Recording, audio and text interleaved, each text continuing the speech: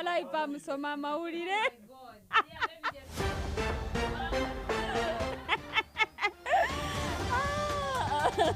How are you, Pamela? Ebyuma byo byagwa mu nyanja. Is Tonix your best artist? No. Hey. He has a good voice. Yeah, but my best artist in Uganda. Yeah. Bambi. But I think Uganda has very many talented artists. Yeah, the guys, the ladies, there are many. There are many. Now you can't even spot one and say, oh no, what will I sing? Because Mikey Bender has a good voice. Yeah. Tonix has, Elijah Kitaka has, who else has? Dr. Bran. Are you an artist? The way Alex is looking at me for his name. No, we are talking about singers. Wamapam, whichever genda maso in the country apart from your entertainment stories. Yeah. Okay, so we start off with candidates. The senior 6 candidates today are officially kicking off with their examination period. Okay. It's happening from today, the 7th, which starts with a briefing of candidates, and it's going to end on the 5th of December, 2025.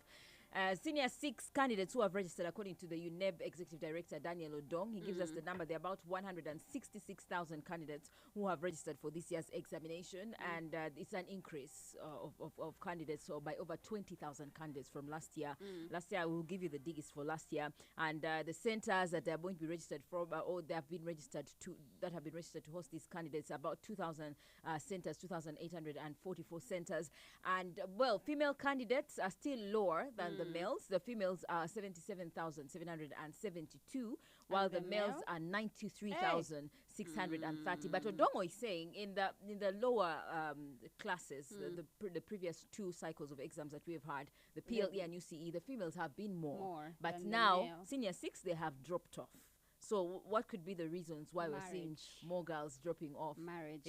So it could only be marriage. To Saudi Arabia to work. But I also think that maybe they're dropping out because they're going more to skillful kind of employment. And also that. They go to vocational, they work salon, and you know, someone opens a salon and they're making their money. Yeah. So let's first hear from Odongo. We have registered a total of 166,402 candidates versus or compared to 141,996 from last year, 2024. This is a significant increase of about over 20,000 candidates, very significant, just like we had last year. And the number of centers from where these will be sitting will be 2,844. Now, of these 166,402 candidates, we have 77,772 who are females, making 44%.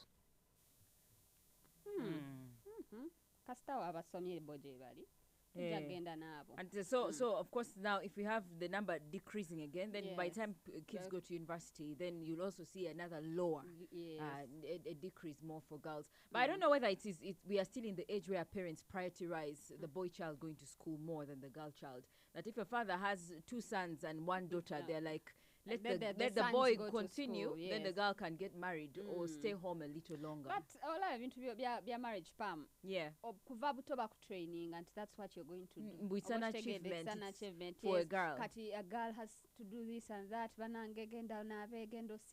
Cook food. You have to cook food for your husband. Yeah. And the boy is just there. He's just and it's funny because even when the girl goes to university, she gets the same kind of qualification with the guy. She still gets married and she's expected to do the wifey duties stay home, yet her parents have invested in her education. So the husband will say maybe stay home, or maybe she'll give birth and later give up on going to work and settle maybe for other kind of business. So what has happened to the millions you have invested as a girl child in that education? Anyway, so Dongo says that 55 people have been arrested so far in relation to malpractice. So he's saying, as S6 stats, we want to warn people, school directors and invigilators and all that, against malpractices, because right now they have 55 people who have been arrested in PLE and UCE exams, and these were taken to court yesterday and the previous day. They have been charged, and he says that the fines are really hefty. If you're found guilty, you pay 20 million shillings. If not, you can go up to 5 years in jail or both, depending on the judge. Okay. Yeah. Baba sive.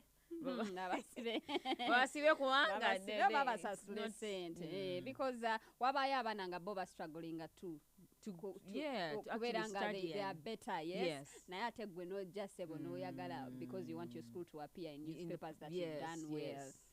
It's not right. Yeah. So presidential candidates, meanwhile, they're scheduled. Today, Bulira is in Ibanda district. Mugisha Muntu is in Lamuo and Kitgum districts. Yesterday, he was in Nyoya district. That is Muntu. And Muntu was talking about the health insurance scheme. And he was saying the 36 districts that he has moved across the country, he has realized that the health centers are not stocked with drugs. And some of them are lacking. So he was giving a reference point of one hospital there, Anaka Hospital, that he says was constructed in around 1936, I think, or 1936. And he was saying that this facility needs a lot of rehabilitation in terms of infrastructure, but also stocking of drugs. So he says, if you elect me as president, I'll make sure that every Ugandan is under a health insurance scheme, that they are entitled to good health care. And then, of course, Bobi Wine today is going to be in Bara City. Yesterday, he was in Bara City briefly before he went to Isingiro, and that's where he was speaking about Nabukeda, the woman who passed on, Chibalama's wife, who died on Monday, and she was found unresponsive in a bathtub. And he was, during that burial, is where he was saying, we want to know where the missing people are.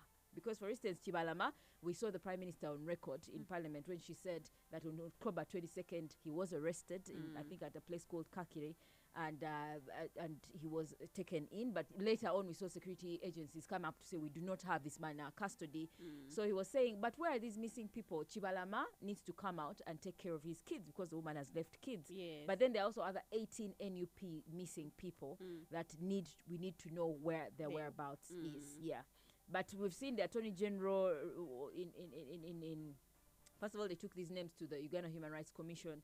The case was closed because there was no evidence to prove these people. Then the Attorney General in Parliament also said that, we have alliance with other security agencies, but some of these people you have given us, we can't get their NIN numbers. We went to forensics, there's no forensics on them.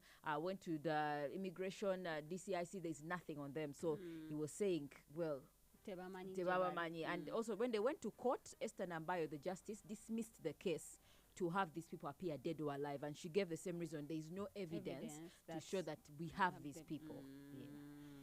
So that's the schedule. Today, President Museveni is resting. Robert Chagulanyi, of course, is in Barara. Nandala is in Katakwe and Apak. Munyagwa is in Apach district.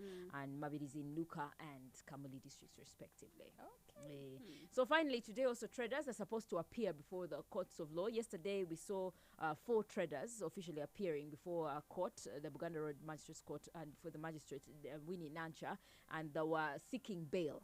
These are the part of the 13 traders who were arrested for holding protests the other previous day, but they couldn't get bail because the system, the digital system, the online system that they were using, failed to load their sureties. So we don't know what the reason is. Could have been network, could have been that they delayed. They didn't know maybe that they had to present put their sureties online for the system to load them. And you need a smartphone. Maybe they didn't have. So there could many reasons that probably led to this. But today they're appearing and they're expected to get bailed, remanded to Luzira. Also, Issa Sechito, the acting chair for Kasita, was arrested yesterday for inciting voters. Remember the protest that happened? Yes. So they arrested him for mobilizing and inciting voters. And not voters. Did I say voters? Yes. For inciting traders. Yes. Traders. So they are saying he was arrested on those 2 counts. So we also expect probably him to appear in court, or maybe he'll be given police bond.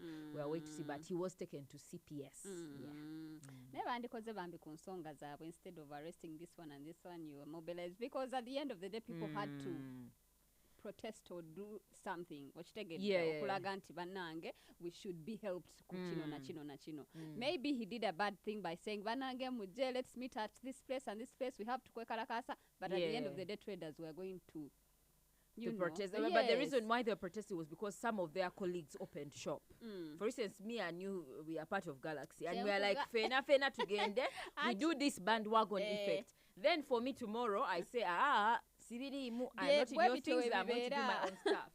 So the others had to go and protest and say, nemwe lwaki mugulawo, when we agreed as a team. Abantu bo bwe batyo babeera because oli ajja gamba I have to pay school fees for my children, so I can't engage in protesting ng'ate edduuka nsobola okuggulawo nina okusasula rent, the landlord has to demand this. So so kati temusobola mwenna kubeera ku page y'emu. There will always be someone who ajja okubalyamu olukwe.